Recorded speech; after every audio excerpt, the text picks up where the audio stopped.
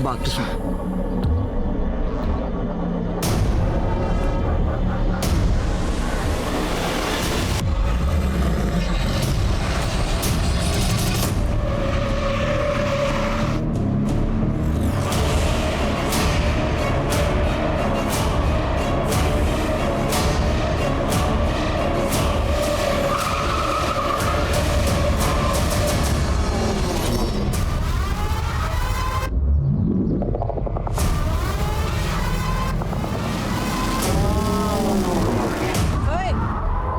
ऐसी हरकत करने की सोचना भी मत, वरना गाड़ी सीधे तेरे ऊपर चढ़ा दूंगी। चल निकल यहाँ से, ये हमारे दोनों के बीच का मामला है।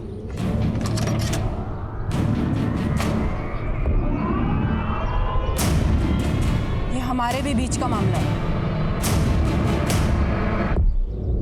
प्रिया मेरी बेस्ट फ्रेंड है, अगर आइंदा इसके आसपास भी नजर आया ना तो गाड़ी सीधा तेरे घर में घुसा दूंगी। नीति, नीति, चल निकल यहाँ से, निकल। देख लूंगा तुम। क्या तू उसको झेलती क्यों है? गरीबों को तो झेलना ही पड़ता है ना। और वैसे भी किस्मत का क्या पता, कल को अगर मुझे इससे ही शादी करनी पड़ जाए। ऐसा सोचना भी मत, वरना गाड़ी तेरे ऊपर ही चढ़ा दूंगी मैं। देख, अगर पैसे की प्रॉब्लम है ना तो तू मुझे बता दे, मैं पापा से बात कर लूंगी, तेरी कहीं ना कहीं जॉब लगवा देंगे वो तो अच्छा हुआ मेरा ड्राइवर आज गुटली मार गया, तो मुझे खुद डिलीवरी करने निकलना पड़ा। लड़की होके तू कंपनी चलाती है, डिलीवरी भी खुद ही देने जाती है, इतना सब कुछ तू कर कैसे लेती है? अरे हिम्मत हो तो सब कुछ पॉसिबल है, तू भी कर सकती है। चल तुझे घर छोड़ देती हूँ।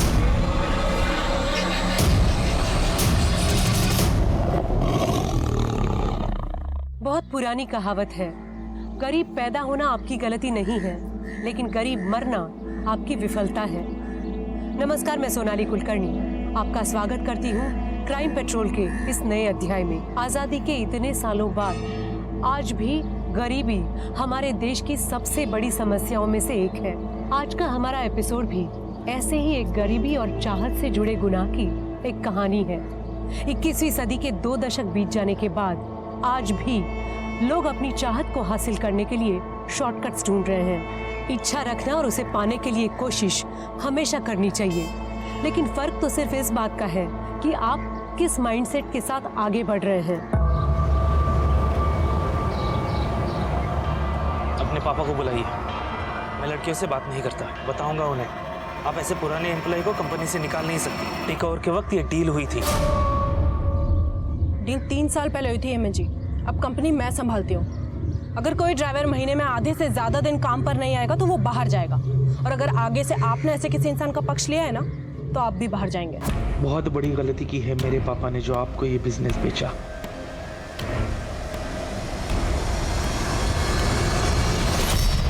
दीदी, आपके झगड़े फिर से चालू हो गए।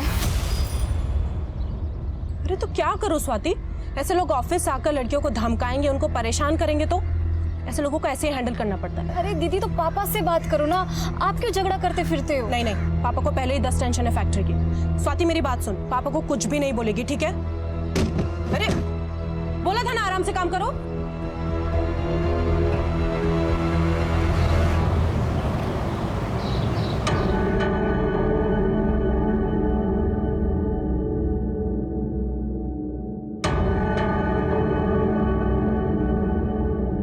नीति, ट्रांसपोर्ट ऑफिस में क्या हुआ है? और ये पुराने मालिक का लड़का क्यों आया था? पापा वो ऑफिस आकर अपनी पावर दिखा रहा था तो झाड़ दिया मैंने। बस गार्ड से पिटवाया नहीं? हाँ? क्या पापा, आप भी ना। अरे मेरा बच्चा, जो तुझे ठीक लगे ना वो कर, किसी से डरने की कोई जरूरत नहीं है। प्रॉफिट डबल कर दिया तूने बिजनेस का। बल्कि मैं तो ये सोच रहा था कि अपनी आयरन फैक्ट्री बंद करके तेरे साथ ट्रांसपोर्ट ऑफिस में बैठ जाता हूँ, बस एक बार तेरी शादी करो। पापा ये शादी, अरे रुक ना बेटा, ये देख कुछ फोटोग्राफ्स आए। अरे देख तो सही, इनमें से तेरे बिजनेस के साथ किसी को कोई भी प्रॉब्लम नहीं है। ये लड़के वड़के देखना नहीं होता मुझसे, एंड आई नो आप मेरे लिए जो चुनोगे बेस्ट चुनोगे।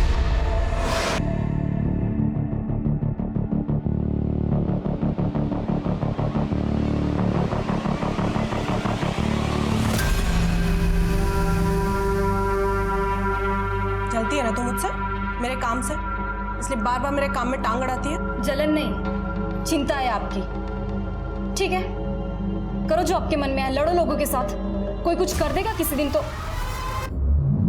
अपना मेकअप का कोर्स करने मुंबई जाओ और आइंदा मुझसे बात मत करना।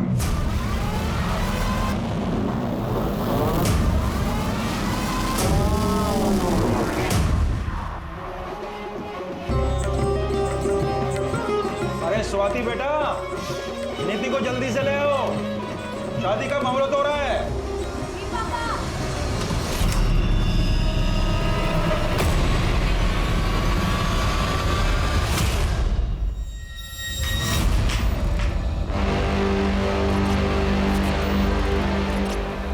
प्रिया, आप दीदी को लेके आएंगे प्लीज? हाँ, मैं अभी लेके आती हूँ। नीति, नीति, अंकल जी। क्या हुआ? स्वाति, अंकल जी, अंकल जी नीति कमरे में नहीं है। कमरे में नहीं है? मैंने बाथरूम में भी चेक किया, वहां पे भी नहीं है। अरे यहीं कहीं इधर उधर घर में होगी, तुम अंदर जाके देखो जल्दी। जाओ। नीति, नीति, नीति, नीति, नीति, नीति। बस कीजिए समझी जी, अब आप बता दीजिए कहाँ भगाया है अपनी बेटी को? क्या बकवास कर रहे हैं आप? मैं क्यों अपनी बेटी को उसी की शादी से भगाऊंगा? मैं सब समझ चुका हूँ कि आप क्या क्या कर सकते हैं। ये सब किया धरा आपका ही है। या तो आप यहीं बता दीजिए, नहीं तो पुलिस पूछेगी आपसे ये सवाल। सर, इतना इंतजाम करके खर्चा करने के बाद अपनी ही बेटी को उसी की शादी से भगाऊंगा मैं? क्यों? तो फिर निधि शादी के जोड़े में इतने सारे मेहमानों के बीच में से गायब कैसे हो गई? सर मैं बता रहा हूँ आपको, सब कुछ किया धरा इसी आदमी का है। कोई मालदार पार्टी मिल गई होगी इसको, इसलिए मेरे 20 लाख रुपए देने के लिए। क्या 20 लाख? क्या सर वो इसने कहा था कि 20 लाख कैश शादी में देगा। मतलब चीचा को 20 लाख रुपए नहीं मिले इसलिए चीचा रूठ गए, इसलिए आपको 20 लाख रुपए दिलाते हैं। लेके जाओ इनको। अरे सर एक मिनट सर कैश है, नीति के कमरे के बाजू वाले कमरे में रखा है सर, लॉकर में। और समझी जी, आप गलत इल्जाम लगा रहे हैं हमारे ऊपर। कैसे बाप है आप? एक और बेटी को बिजनेस शुरू करके देते और फिर दूसरी ओर ये दहेज।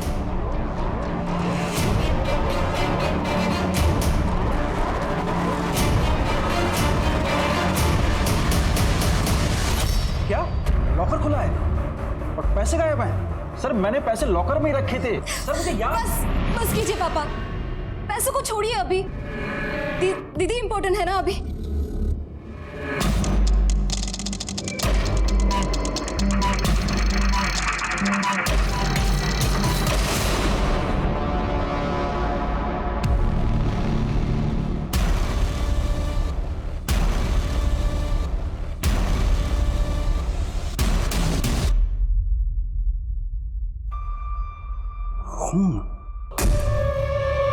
नीति बिजनेस करती है और जाहिर है कि बिजनेस में राइवल्स तो होंगे। उसका किसी के साथ कोई झगड़ा या फिर किसी पर आपको कोई शक? हेमंत हो सकता है, या फिर वो प्रिया का आशिक अभय। अभय और हेमंत वाली बात तो पुरानी हो गई है। तू ब्यूटी पार्लर के कोर्स के लिए मुंबई चली गई थी, तुझे कुछ नहीं पता है। सर वो आए दिन नंदू टेरिस पर आ जाता था। नंदू? जी, नीति के लिए उसका रिश्ता आया था। बताया गया था कि वो डॉक्टर है, लेकिन बाद में पता चला कि वो किसी अस्पताल में छोटी सी जॉब करता है, सिर्फ 30,000 रुपए कमाता है। तो मैंने रिश्ता कैंसिल कर दिया। इसी बात को लेकर पूरी फैमिली झगड़ा करने आती थी, और खास करके वो नंदू। तो क्या करता? नीति के पापा उससे बात तक नहीं करने देते थे, इसीलिए एक दफा बात करने के लिए टेरेस के थ्रू गया था। लेकिन इसका ये मतलब नहीं होता ना कि मैं नीति को उठा कर लेके जाऊंगा। मेरे हॉस्पिटल में मेरे बारे में पूछताछ कर लीजिए। आज तक किसी के घर में डाका डालने की नौबत नहीं आई नंदेश शर्मा की। मैं नीति जितना नीच नहीं हूं सर कि बिजनेस के लिए इस हद तक गिर जाऊंगा। आप किसी से भी पूछ लीजिए, उस रात मैं अपने घर पे था और ये जो उसकी हरकतें थी ना, ये तो होना ही था उसके साथ। हाँ, मैं गया था वहाँ पे। नीति के बगल में ही मेरे चाचा जी रहते हैं, उनकी लड़की का बर्थडे है आज, इसलिए गया था। अरे साहब, कुछ करना होता ना तो 6 महीने पहले कर देता। 6 महीने इंतजार क्यों करूंगा? वैसे भी मेरी और प्रिया की शादी होने वाली है। पर प्रिया तो तुम्हें पसंद ही नहीं करती है ना? साहब, प्रिया तो मुझे हमेशा से पसंद करती थी, और वो नीति है जो उसको मेरे खिलाफ भड़काती रहती है। एक नंबर की चालाक लड़की है।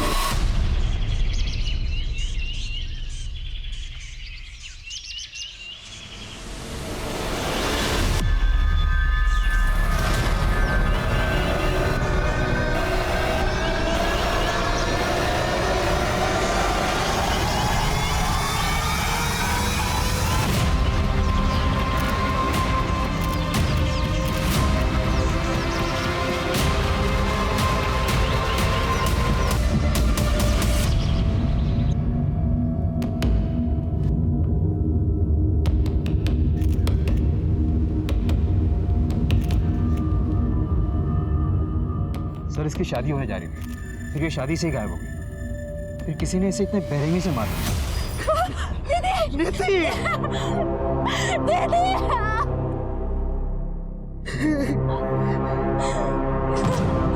किसने किया?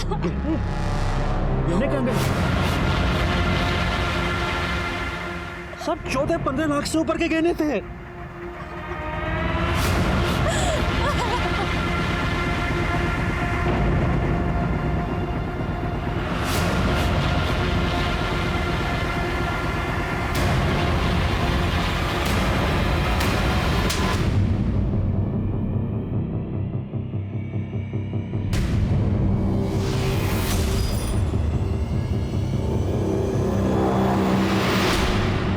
मालूम है मेरे को, मैं काम पे जाता हूँ और तुम पीछे से किसी और मर्द के साथ गुस्सा नहीं उड़ाती है। ये गाँव वालों की बातों पे भरोसा कर रहे हो, तुम मुझ पे शक कर रहे हो। मुझे धक्का देती है।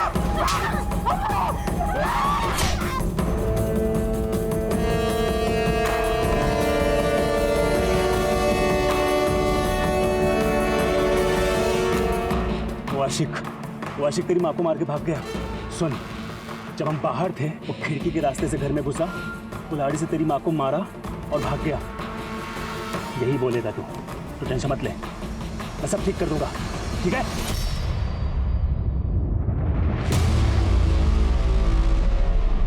सर ये ब्रिजनाथ बहुत ही अजीब बात, सामने बेटी की लाश पड़ी थी और उसके मुंह से सबसे पहले क्या निकला? गहना। पांडे, अगर ये ब्रिजनाथ अपनी ही बेटी नीति को प्लान करके गायब करता है तो फिर ये नीति की लाश? एक काम करो, ये ब्रिजनाथ का फोन मंगवाओ। एक मिनट बताइए बात क्या है? मुझे मिलने दीजिए साहब से। एक मिनट मैडम, बोलिए क्या बात है? मेरा एक कुत्ता था साहब, एक रात वो घर नहीं आया, करीब 6 महीने पहले की बात है। आपके कुत्ते का और नीति का क्या कनेक्शन? 3 दिन तक मैंने उसे पूरे शहर में ढूंढा, पर मिली उसकी लाश ठीक उसी जगह जहां आपको उस दुल्हन की लाश मिली थी, और ठीक उसी तरह चीर फाड़ करी हुई जैसे उस दुल्हन की थी। मतलब आप ये कहना चाहती कि वो दुल्हन और आपके कुत्ते का कातिल एक ही इंसान? एक ही है, पर इंसान नहीं, शेर।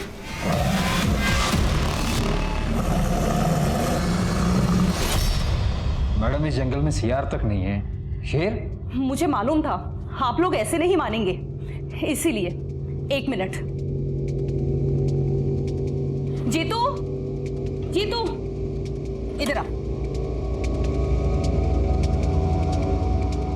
साहब ये जीतू है, वो रामदीन सिंह है ना, उसकी वर्कशॉप में काम करता था, जहां वो लकड़ी और रद्दी का काम होता है।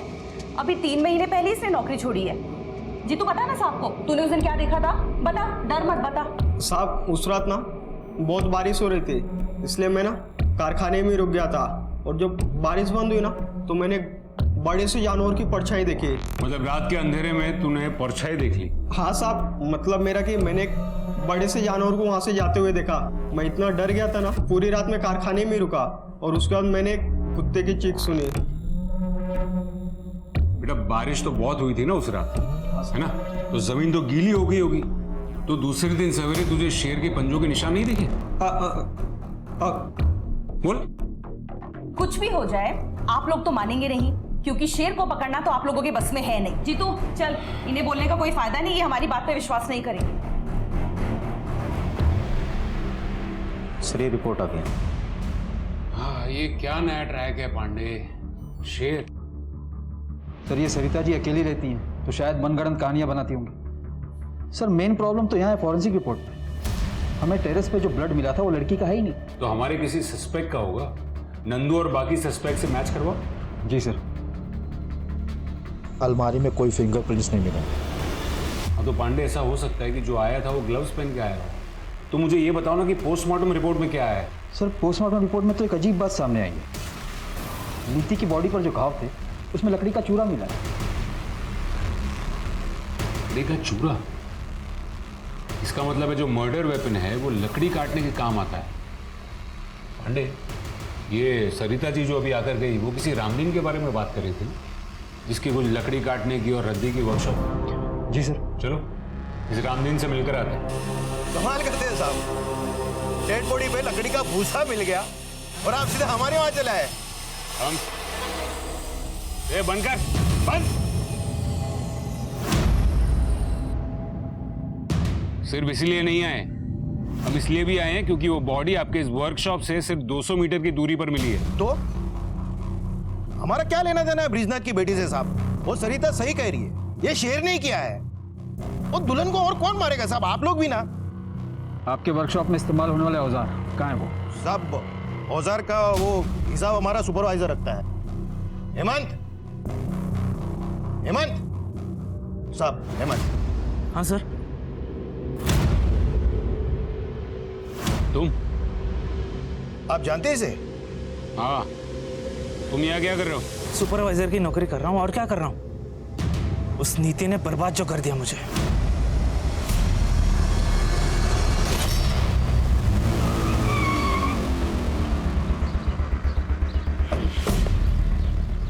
पांडे, ये हेमंत जितना सीधा दिखता है उतना सीधा लगता नहीं है।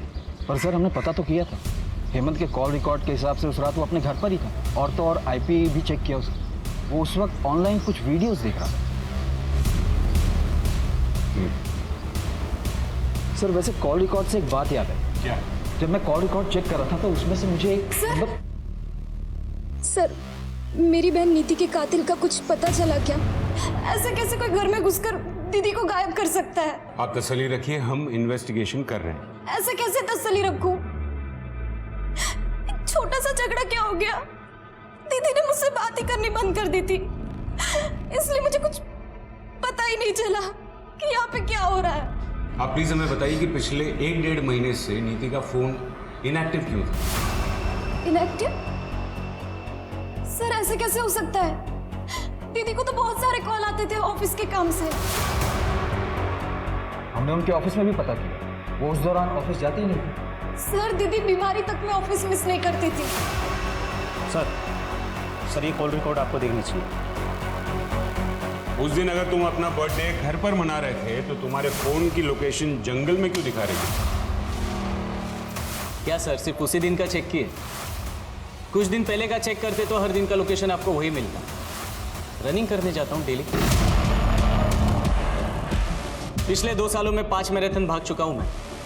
अगले महीने मुंबई में मैराथन होने वाली है, उसी के लिए प्रिपरेशंस कर रहा हूँ। उस दिन हंगामे के बाद थोड़ा मूड ऑफ हो गया था, इसके लिए रनिंग करने निकल गया। देखो ये रनिंग, ये मैराथन, ये सब बकवास छोड़ो और सच सच बोलो। सर क्या प्रूफ है आपके पास कि मैं झूठ बोल रहा हूँ? अरे साहब से मिलना है यार।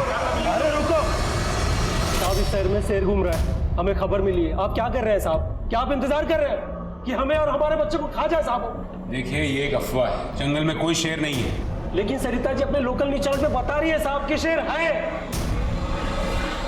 मैंने खुद सुनी थी शेर की दहाड़ उस दिन लकड़ी की वर्कशॉप के पास, पर पुलिस तो कभी ये मानेगी नहीं। सर अगर सच में ही शेर हुआ तो? कमाल कर रहे हो पांडे, मतलब 10 साल से शेर उस जंगल में है और अब अचानक उसे भूख लगी। पांडे मुझे टेंशन तो इन लोगों की हो रही है। आज तो जैसे तैसे भगा दिया, लेकिन डर फैल रहा है शहर में। पांडे अपने शहर में एक प्रोफेसर शेखर है, ये जंगल वगैरह में रिसर्च करते हैं। हाँ सर, उसे जंगल का चप्पा चप्पा पता है। उनको बुला के लेके आओ। शहर के लोगों को उनकी बात पर बहुत भरोसा है। अगर वो कहेंगे ना कि शेर नहीं है तो शायद लोग मान जाएंगे। जी सर।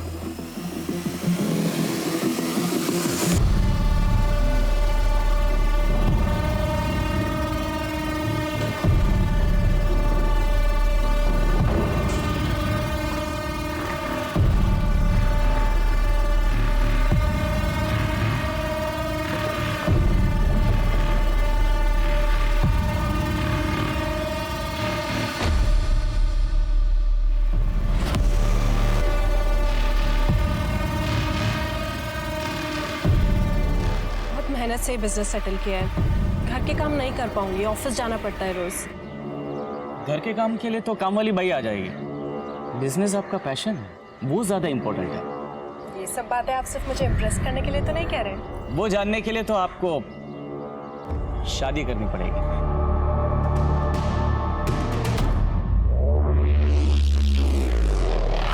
10 साल से चल रही है शेर की कहानी। एक सर्कस कंपनी आई थी, उनके पास शेर तो था नहीं, लेकिन उन्होंने पूरे शहर में ढिंडोरा पीट दिया कि शेर का खेल दिखाएंगे, और इवेंट वाले दिन उन्होंने कह दिया कि शेर जंगल में भाग गया।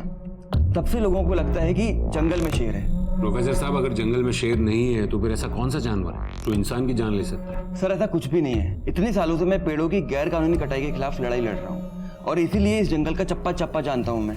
और जितना मैं लोगों को समझाने की कोशिश करता हूँ कि जंगल में कोई शेर नहीं है, उतना ही मेरी बुआ लोगों को आकर बोलती है कि इस जंगल में शेर है, शेर है। बुआ? हाँ सर, सरिता जी मेरी बुआ हैं।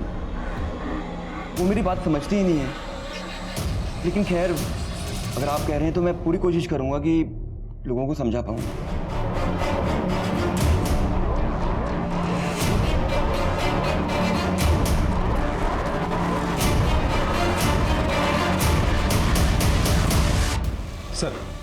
सर ये ब्रिजनाथ सीधा आदमी नहीं, ये तो लगा था, पर इतना घटिया आदमी होगा ये नहीं सोचा था। ये देखिए उसके फोन से क्या मिला।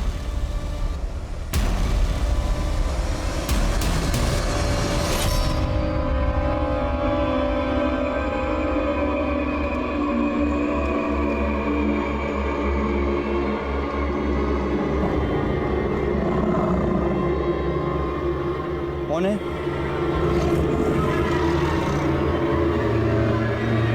कौन है?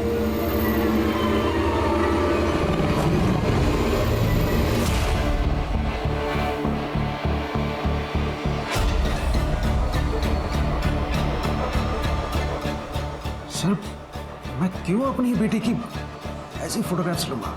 ये फोटोज देखकर साफ साफ पता चल रहा है कि नीति ने खुद में फोटो नहीं खींची, किसी और ने खींची। और ये फोन किसका है? आपका। ये फोटोज आपके फोन से मिली। अब आप मुझे बताइए कि आपने नीति की ऐसी फोटोज क्यों खींची? सर, मुझे नहीं पता कि ये फोटोग्राफ्स मेरे इस फोन में कैसे आए। और सर, आप मेरी बेटी के कातिल को और उस आदमी को क्यों नहीं ढूंढ रहे हैं जिसने मेरे सारे पैसे और मेरे सारे गहने चुराए हैं? कौन है? अरे कौन है वहां? फिर से आ गए ना तुम लोग यहाँ पेड़ काटने के लिए?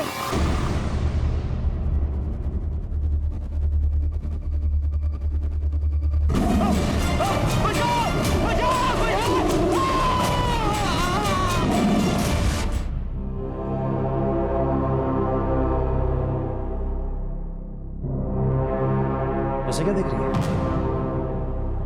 आपने सच में दीदी के साथ कुछ किया तो नहीं ना? शादी के कुछ हफ्तों पहले से दीदी का फोन क्यों बंद था? तेरी हिम्मत कैसे हुई मुझसे ऐसी घटिया बात करने की? और उसका फोन बंद नहीं था, तुझसे बात नहीं करनी थी।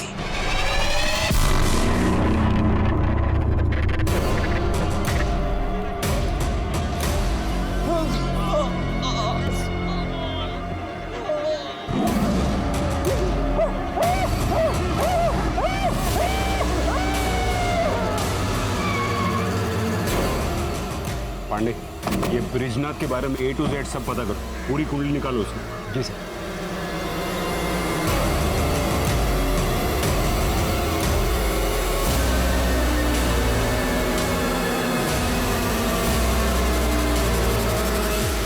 ये तो एकदम दुल्हन को जैसे मारा था ना, बिल्कुल वैसे ही मारा है। ये शेर का ही काम लग रहा है भाई।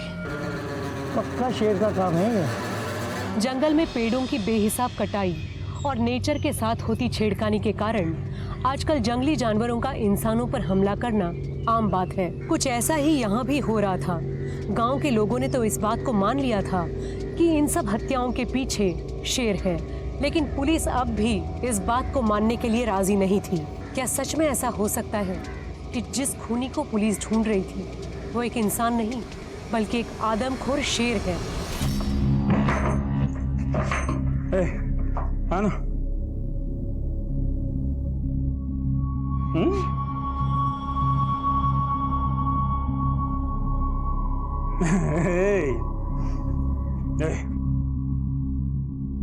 तेरे को बोला था ना, सब ठीक कर दूंगा मैं। एक बार फिर से अपना घर बसाया है।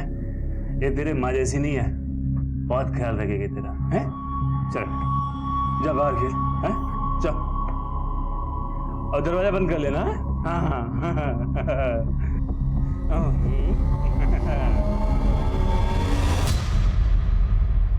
सर, बॉडी की कंडीशन देख के तो लग रहा है कि यह किसी जंगली जानवर का काम है। देखिए डॉक्टर, मुझे आपसे ये शेर वाली कहानी नहीं सुननी। मुझे ये बताइए, अगर किसी इंसान ने मारा हो तो कैसे मारा होगा? तो सर उसके लिए 2 हथियारों का इस्तेमाल एक ही साथ हुआ है, एक कुछ हथौड़ी जैसा और दूसरा धारदार औजार। ठीक है।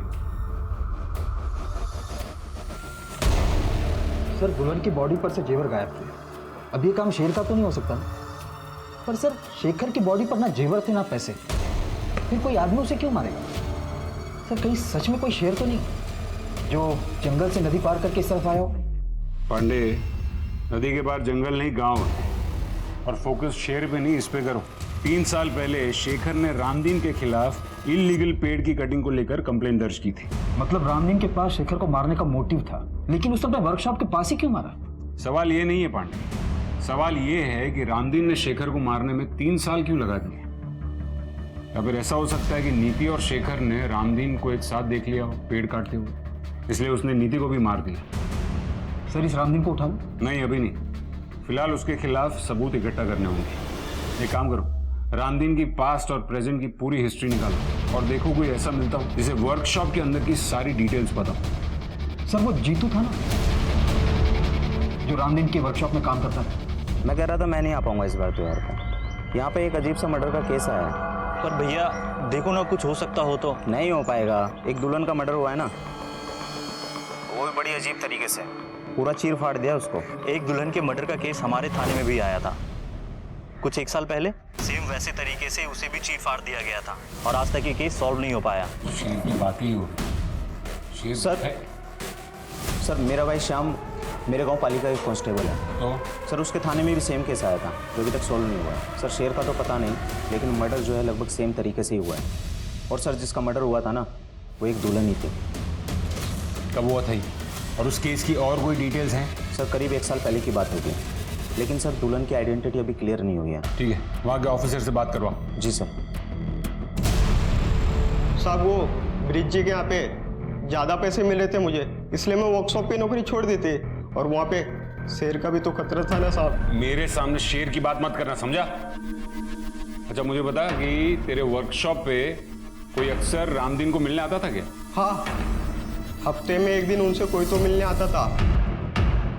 उस दिन सबके जाने के बाद साहब वर्कशॉप में अकेले रुकते थे। साहब उस दिन मैं अपना झोला भूल गया था, इसलिए वापस लेने गया था। क्या कर रहे तू इधर? मेरी छुट्टी हो गई ना? साहब मेरा झोला भूल गया था मैं यहाँ पे। हो गया ना? चल निकल। हाँ गया वो, आ जाओ। कौन था वो? साहब मैं ज्यादा कुछ नहीं देख पाया था, रामदीन जी ने मुझे भगा दिया था वहां से। सर एक मिनट। सर ब्रिजनाथ के मोबाइल में जो फोटो मिले थे उन्हें इनलार्ज करवाया। सर ये फोटो में देखिए किसी का रिफ्लेक्शन दिख रहा है, नीति की फोटो खींचते हुए। ये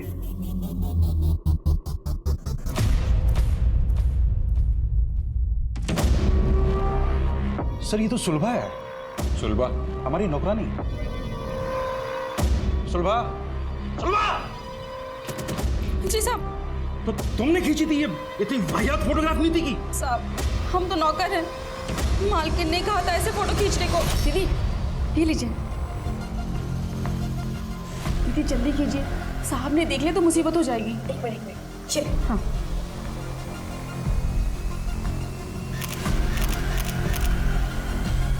पर दीदी के पास खुद का अपना फोन था, तो पापा के फोन से क्यों खिंचवाएंगी?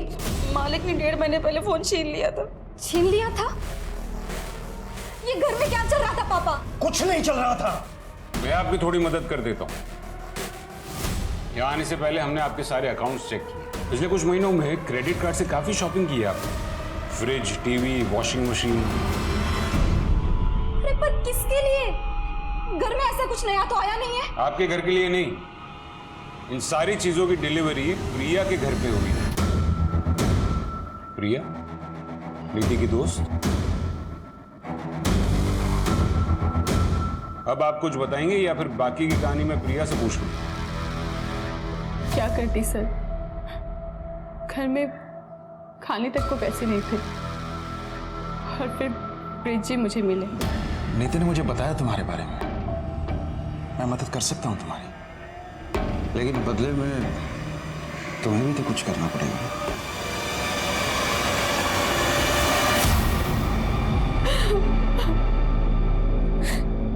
मेरे पास और कोई रास्ता नहीं था सर। और नीति को ये बात कब पता चली?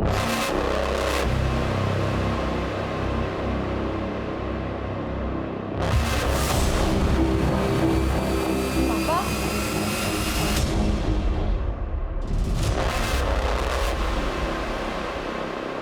और जब नीति ने आपकी इस हरकत का विरोध किया तो आपने उससे उसका फोन छीन लिया, उसका ऑफिस जाना छुड़वा दिया। वो अपने बाप से बदतमीजी कैसे कर सकती थी? और बच्चों को संस्कार सिखाने के लिए ना ऐसे कदम उठाने पड़ते हैं। संस्कार नहीं, डर। इस बात का डर कि कहीं आपकी काली करतूत जमाने के सामने ना आ जाए। और आपको लगा होगा कि शादी के बाद तो आप नीति जैसी कॉन्फिडेंट लड़की को रोक नहीं पाओगे। तो पापा, आपने दीदी को इसलिए शादी वाले दिन भी आप सब प्रिपरेशन छोड़ के आधे घंटे के लिए कहीं चले गए थे, और आते ही आपने दीदी को बुलाने के लिए कहा था। फूल लाने के लिए गया था, पंडित जी ने अचानक से फूल लाने के लिए बोल दिया था। तो आपने अपनी प्रिया को कहा होगा कुछ करने के लिए। नहीं, ब्रिजी ने मुझे कुछ नहीं कहा था। नीति ही मुझसे नफरत करने लगी थी। कई बार तो उसने मुझे थप्पड़ भी मारा था, लेकिन मैंने उसे कुछ भी नहीं कहा और कहती थी किस मुंह से मुझसे ये सब कुछ और झेला नहीं जा रहा था, इसलिए मैंने अभय से शादी करने के लिए हाँ कह दिया। सर, वो गांव से ऑफिसर का फोन। हाँ जी, मुझे वो दुल्हन वाले मर्डर केस की डिटेल्स चाहिए थी। हाँ सर, एक फ़ोन मिला था उसके पास से, लेकिन वो बहुत ही डैमेज था और लॉक भी था। बहुत टाइम लग गया उसको ठीक करने में और अनलॉक करने में। अब करीब 1 साल के बाद अनलॉक हुआ तो पता चला कि वो यहीं गांव के पास ही रहती थी। दुल्हन की फैमिली का कहना था कि उस लड़की का किसी के साथ चक्कर चल रहा था, लेकिन किसके साथ वो हमें पता नहीं। Thank you very much. और कोई डिटेल्स मिले तो हमारे साथ शेयर कीजिएगा। Okay sir. मेरा पूरा परिवार बिखर गया। सर, प्लीज बता दीजिए कौन है मेरी दीदी का कातिल? पापा? देखिए, हमने पता लगाया आपके पिताजी वाकई में फूल लेने गए थे। तो फिर और कौन रह जाता है? नीति का बॉयफ्रेंड। बॉयफ्रेंड? नहीं सर, ये हो ही नहीं सकता। दीदी का फोकस सिर्फ बिजनेस पे ही था, और दीदी तो ये शादी से भी बहुत खुश थी। तो फिर एक जवान लड़की ऐसे फोटोज किसके लिए क्लिक करेगी? हमने फोन भी चेक किया, हमें कोई नंबर नहीं मिला। शायद वो इंटरनेट कॉलिंग से बात किया करती थी। और इस केस में ये पॉसिबल है कि घर से चोरी नीति ने या फिर नीति और उसके बॉयफ्रेंड ने मिलकर की थी। पैसे दीदी ने नहीं चुराए थे, मैंने चुराए थे। मुझे अपना ब्यूटी पार्लर खोलने के लिए पैसे चाहिए थे, और पापा को मुझ पे भरोसा ही नहीं था, और दीदी मुझसे बात ही नहीं कर रही थी।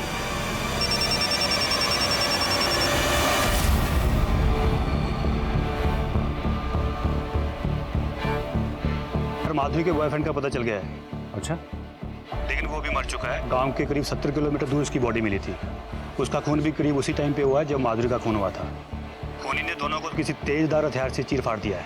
कमाल है, 3 खून और वो भी एक ही तरीके से। कोई सरफिरा खूनी घूम रहा है शहर में। मैं तुम्हें फोन करता हूँ।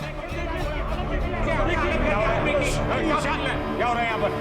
देखिए साहब, ये आपकी लापरवाही का नतीजा। शेर ने तो इसे लगभग मार ही डाला। तो आप इसे यहाँ पर क्यों लेकर आए? पहले हॉस्पिटल लेकर जाइए। नहीं, जब तक आप शेर को नहीं पकड़ेंगे हम यहाँ से नहीं जाएंगे। बस तुम बताओ क्या हुआ था? साहब, मैं जंगल से काफी दूर था और अचानक से पता नहीं कहा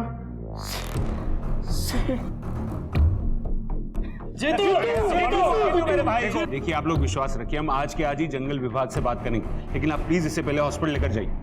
पांडे जी साहब। 2-4 लोग गांव के मरेंगे नहीं ना जब तक।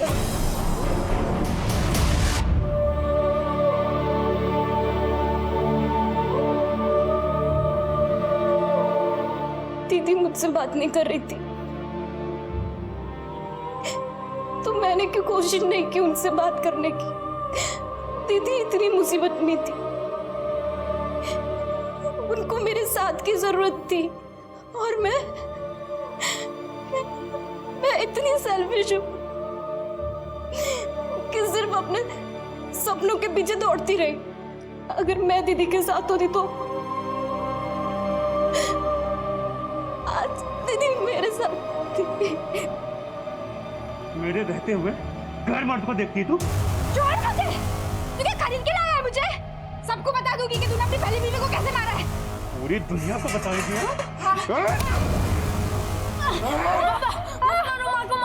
चार दिन हुए नहीं, इतना लगा हो गया। मैं तेरा बाप, दिन रात कोशिश करता हूँ सब कुछ ठीक हो जाए, और तू उसकी मदद कर रहा है। सर डॉक्टर ने बताया कि जीतू को किसी शेर ने नहीं बल्कि जंगली कुत्ते ने काटा था। मुझे पता था, वो घबरा गया इसलिए देख नहीं पाया। सर जब तक हम नीति और शेखर के कातिल को इनके सामने नहीं लाएंगे ये लोग हमारी बात नहीं मानने वाले। सर वो रामदीन के बारे में पता करने के लिए बोला था ना सर आप? सर पता लगा कि वो भी मेरे गांव पाली से है। एक बात और सर वो दुल्हन का जो मर्डर हुआ था उस केस की इन्वेस्टिगेशन से एक बात साफ जाहिर होती है, 6 साल पहले भी सेम तरह से मर्डर हुआ था सर वहाँ पर। किसका? वो भी एक दुल्हन थी क्या? नहीं सर, वो एक आदमी था। इनफैक्ट जिसका मर्डर हुआ था वो खुद एक खूनी था। मतलब 6 साल पहले उस आदमी का खून उसी तरह हुआ था जिस तरह नीति और शेखर का हुआ है। मतलब एक सिरफिरा कातिल 6 साल से घूम रहा है, न जाने उसने कितने कत्ल किए होंगे। सर रामदीन हो सकता है। अच्छा जो मरे हैं उनकी फैमिली में और कौन कौन है? एक बेटा है सर। उस बेटे को ढूंढो, शायद उस बेटे ने उस खूनी को देखा। Hello police station, gold coin jewellers के यहाँ से बोल रहा हूँ। हाँ जी बोलिए। आपने जो चोरी की हुई ज्वेलरी की फोटोज हमें भेजी थी उसमें से कोई एक मेरे यहाँ पे बेचने के लिए आया हुआ है। कस्टमर को मैंने बातों में लगा रखा है, अंदर बैठी हुई है। आप लोग थोड़ा जल्दी आइए, वैसे भी बच्ची है। वो नेकलेस मेरा नहीं है, वो नंदू भैया का है। नंदू भैया ने एक डब्बे में छुपा के रखा था, मैंने निकाल लिया। मुझे लगा कि मेरा बर्थडे का गिफ्ट है। मैंने कुछ नहीं किया सर, मैंने कुछ नहीं किया। सर क्यों मार रहे हो? सर बहुत घुमा लिया पुलिस को, अब मुंह खोल और सच बता, कैसे भगाया नीति को, कैसे उठाया? बोल। बताता हूँ सर। मैंने नीति को नहीं उठाया सर, वो खुद आई थी मेरे पास। हम दोनों एक दूसरे से बहुत प्यार करते थे सर। मैंने कुछ नहीं किया सर, बिलीव मी। लेकिन जब उसके पापा ने मेरा और नीति का रिश्ता तोड़ दिया तब मैंने तो उम्मीद ही छोड़ दी थी। लेकिन एक दिन खुद नीति ने मुझे फ़ोन किया था, ये कुछ 3-4 महीने पहले, और उसी के बाद हम लोग छुप छुप कर मिलने लगे थे सर। और वो खुद अपने फोटो तुझे भेजती थी?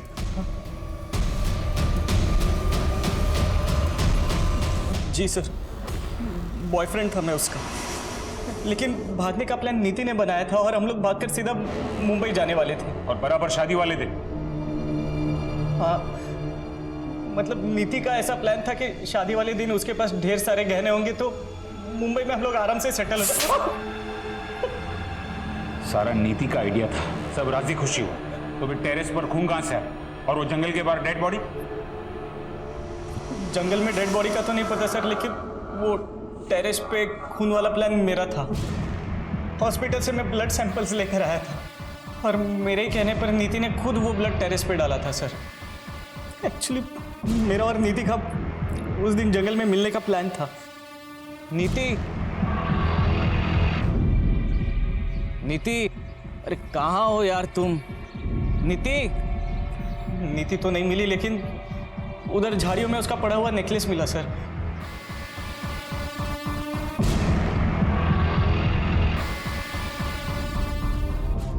मेरा विश्वास कीजिए सर, उस दिन जंगल में क्या हुआ मुझे कुछ नहीं पता सर। उस दिन जंगल के आसपास तू अकेला ही था और कोई नहीं था।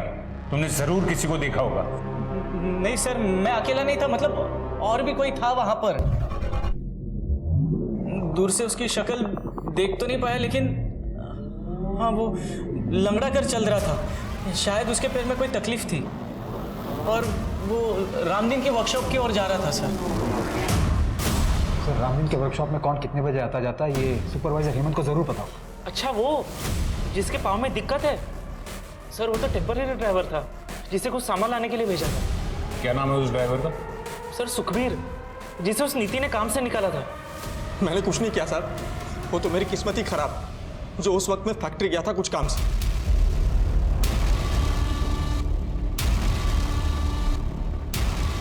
ये ब्रेसलेट तुम्हारा है?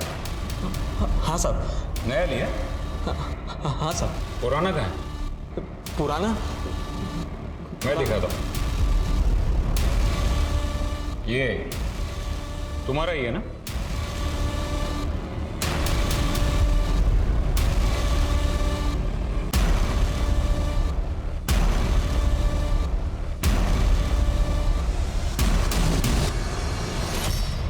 हाँ साहब, मेरा ही है।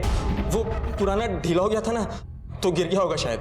अच्छा, और वो भी वहीं पर गिरा जहां पर नीति की लाश मिली थी? भगवान की कसम साहब, उस वक्त कोई बॉडी नहीं थी वहां पे। हम गरीब छोटे लोग हैं ना साहब, इसलिए सब हमें ही परेशान करते।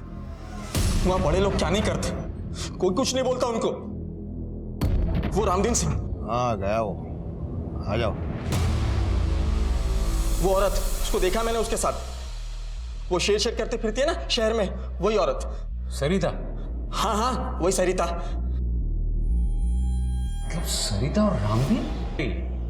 आप दोनों के बीच जो रिश्ता है वो छुपाने की कोशिश कर रहे थे। नीति और शेखर ने आपको सरिता जी के साथ देख लिया था उससे,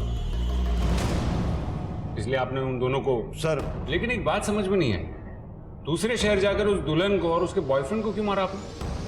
अरे साहब ये क्या कह रहे हैं आप सर, हमने किसी को भी नहीं मारा है साहब। जब तक सब कुछ सच सच नहीं बता देते तब तक यहां से बाहर जाने नहीं दूंगा मैं।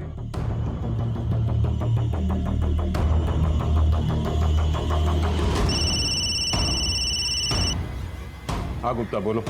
सर उस बच्चे का पता किया है हमने यहाँ से। सर उसके हिसाब से वो बच्चा करीबन 1 साल पहले इसी कंस्ट्रक्शन साइट पे काम कर रहा था, लेकिन अभी वो यहाँ काम नहीं कर रहा है। लेकिन सर एक बात और पता चली है, वो दुल्हन माधुरी जिसका मर्डर हुआ था वो यहीं आसपास किसी स्कूल में काम करती थी, और सर उस बच्चे का घर भी इसी स्कूल के आसपास ही है। तो क्या इस माधुरी का उस बच्चे के साथ कोई कनेक्शन, या फिर उसके बाप के साथ कोई कनेक्शन? सर इतना तो नहीं पता, पर यहाँ पे एक गार्ड है, उसने बताया कि वो उस बच्चे को जानता था जब वो बच्चा यहाँ काम किया करता था। गुप्ता मैं एक काम करता हूँ, यहाँ डिस्ट्रिक्ट से एक स्केच आर्टिस्ट भिजवा रहा हूँ, उसका स्केच निकलवाओ। Right sir.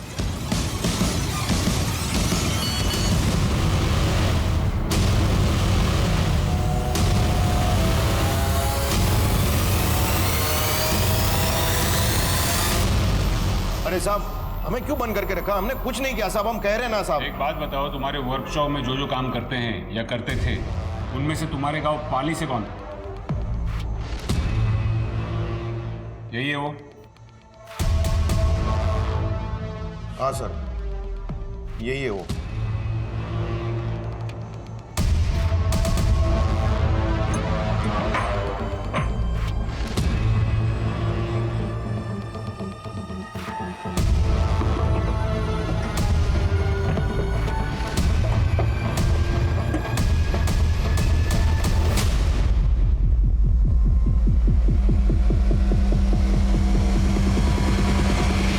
सर ये लोगो इस गांव में कई जगह देखने को मिलेगा। एक बाबा यहाँ का, उसी का ही लोगो है। चलिए मैं लेकर चलता हूँ आपको उस बाबा के घर।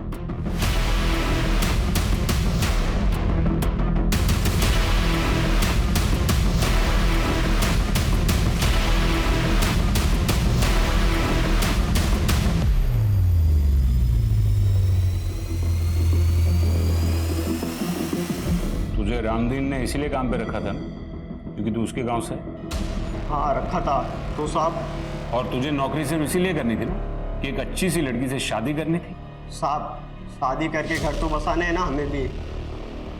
वाह ये कमाल है, लोग शादी करने के लिए मैरिज ब्यूरो में नाम लिखवाते हैं, पेपर में ऐड देते, और तू मर्डर करता है। क्या साहब ये क्या बोल रहे हो आप?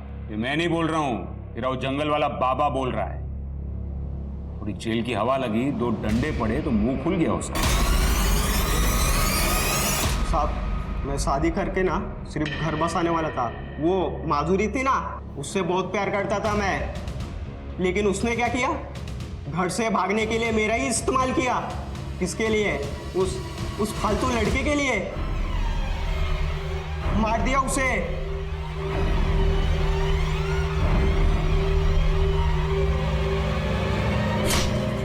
उसके बाद उसके यार को भी। हाँ मैं घर से जल्दी निकलकर जंगल में तुम्हारा वेट करूंगी। हाँ तुम लेकिन लेट मत होना। हाँ सारे गहने लेकर आ रही हूँ, पहने हैं मैंने, तुम जल्दी आना बस।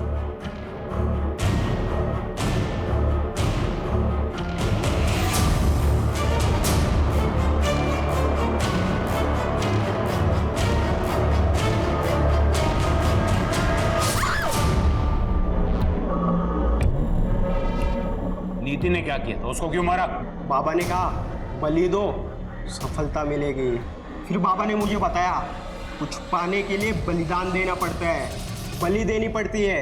एक जानवर, एक लड़की को मारकर तुझे सफलता मिलती, और शेखर उसकी बलि क्यों दी?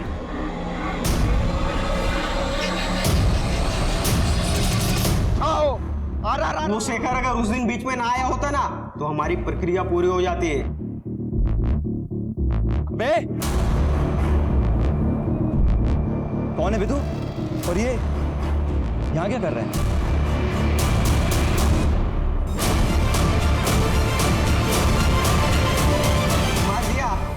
मार दिया उसको भी। और तेरे माँ बाप, उनको क्यों मारा? मेरी माँ को मेरे बाप ने मारा। वो जो कुछ भी बोलते थे मेरी माँ के बारे में, उनके आशिक के बारे में, सब कुछ झूठ था, सब गलत था। और ये दुनिया वाले उनकी झूठ को सच मानते थे। मगर मैं समझ गया था उस आदमी को, इसलिए मैंने उसको कुल्हाड़ी से मार दिया था। अब चिंता करने की कोई बात नहीं। बाबा ने मेरा शुद्धिकरण करवा दिया है। अब मैं शादी कर सकता हूँ, अपना घर बसा सकता हूँ। तेरा शुद्धिकरण तो बेटा अब हम करेंगे, और तेरा घर है ना, ये जेल में बसाएंगे। किसी चीज की बेहिसाब चाहत इंसान को गुनाह के रास्ते पर ले जा सकती है। चाहत पागलपन ना बने, इसके लिए हमें ये मालूम होना चाहिए कि हमें कब खुद को रोकना है।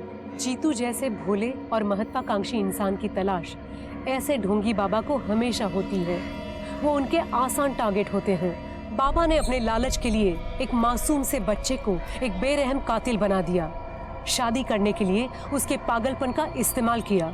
वैसे कहते हैं ना, बच्चे कच्चे घड़े की तरह होते हैं, जिन्हें माँ बाप अपनी परवरिश से सही ढांचे में डालते हैं। इसी तरह देखा जाए तो मासूम जीतू से कातिल जीतू तक के सफर की शुरुआत तो उसके बचपन में ही हो गई थी। अगर समय रहते जीतू के माँ बाप जान गए होते कि उनके आपसी झगड़े का उनके बच्चे पर क्या असर पड़ रहा है, तो आज जीतू सलाखों के पीछे नहीं होता। माँ बाप बन जाना अलग बात है और जिम्मेदार माँ बाप बनना अलग। अब मैं सोनाली कुलकर्णी आपसे विदा लेती हूँ। फिर मिलेंगे क्राइम पेट्रोल सतर्क में एक ऐसे ही चौंका देने वाले केस के साथ। तब तक अपना और अपनों का ख्याल रखिए। आप जानते हैं हम सब एक मुश्किल दौर से गुजर रहे हैं। कृपया मास्क पहने, समय समय पर हाथ धोते रहें और उचित दूरी बनाए रखें। देखते रहिए क्राइम पेट्रोल सतर्क।